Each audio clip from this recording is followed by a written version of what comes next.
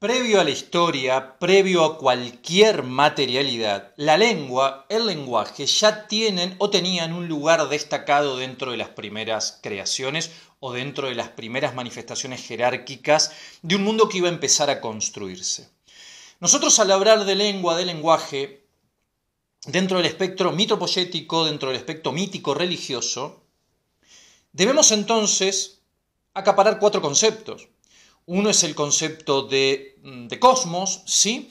Otro es el concepto de teogonía, es decir, el inicio de los dioses o la creación o el origen de los dioses. El tercer concepto es el concepto de lenguaje y el cuarto concepto recién es el concepto entonces antropomórfico o antropogónico, es decir, el origen de la humanidad. Observen esto con atención porque esto se da en todas las religiones, en todos los mitos, sean religiones primitivas o numinosas, es decir, en las que, los puntos de referencia de oración son las fuerzas animales, sea una religión secundaria de tipo mitológica, sea una religión de tipo terciaria o teológica, la lengua va a jugar un papel fundamental y muchas veces, en muchos de estos mitos, va a estar por encima del hombre. Repito, va a estar por encima del hombre. Cualquier mito que nosotros leamos y analicemos, veremos que lo primero que se crea, la primera manifestación dada, es el origen de un cosmos, es decir, una superficie, un lugar que deberá ser puesta en orden, que deberá ser jerarquizada, porque proviene esa realidad de un orden anterior que era lo que los griegos llamaban el caos, es decir, el fondo del abismo, una oscuridad sin límite posible. Entonces, cuando los mitos empiezan a ordenar todos los elementos empiezan a poner el sol acá arriba, la luna acá, empiezan a despejar las aguas, etcétera, etcétera, en mitos como Prometeo, Enuma Elish, el Popol Vuh en América, etcétera, etcétera, que dicho sea de paso, todos tienen una misma secuencia narrativa o una misma estructura narrativa, vemos con sorpresa que una vez que se crea, que se manifiesta este cosmos, esta superficie en la que los elementos pueden operar de manera ordenada y jerarquizada, vemos que aparecen entonces los dioses, vemos que aparecen los animales y vemos que aparecen los hombres, pero en el medio de los hombres y de los animales aparecerá entonces el lenguaje. Y el lenguaje no aparecerá como algo fortuito, como algo sin importancia, sino que aparecerá como un atributo divino que permita mantener una jerarquía, una verticalidad y un orden superior e inferior entre las cosas creadas por los dioses y los propios dioses. Recuerden esto porque es muy importante entonces comprender el mito de la Torre de Babel. Es decir, cuando los hombres quisieron utilizar este atributo para emparentarse y asemejarse en todo a los dioses, ¿qué hizo Yahvé? Lo primero que hizo fue diversificar las lenguas, armar una confusión total, ¿no es cierto? Entonces los hombres terminaron disgregándose y peleándose entre ellos y formando naciones. Es decir, que acá el concepto de lengua aparece no solo como jerarquizador, sino como diversificador, es decir, cada cosa en su lugar.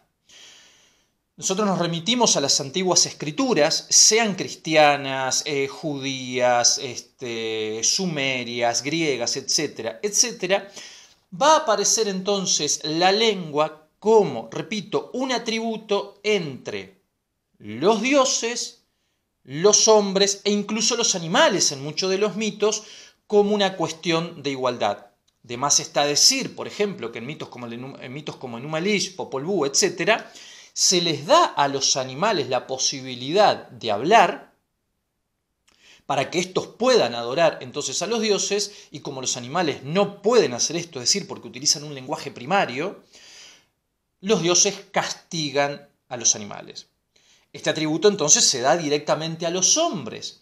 ¿Para qué? Para que los hombres puedan establecer diversificaciones, diferencias y jerarquías entre aquellos que pueden utilizar la lengua, como es la casta sacerdotal, aquellos que pueden utilizar y analizar la lengua, como es la casta de los escribas o de los intelectuales o de los filósofos o incluso de los escritores, y aquellos que puedan utilizar la lengua simplemente como una forma meramente comunicativa y de división del trabajo, es decir, las clases campesinas, los obreros, los proletarios, los trabajadores, los esclavos, etcétera, etcétera. Es decir, que nosotros vemos desde esta primera manifestación que la lengua ya en su esencia divina, en su esencia ancestral, no, no está construida, no está dada, no está regalada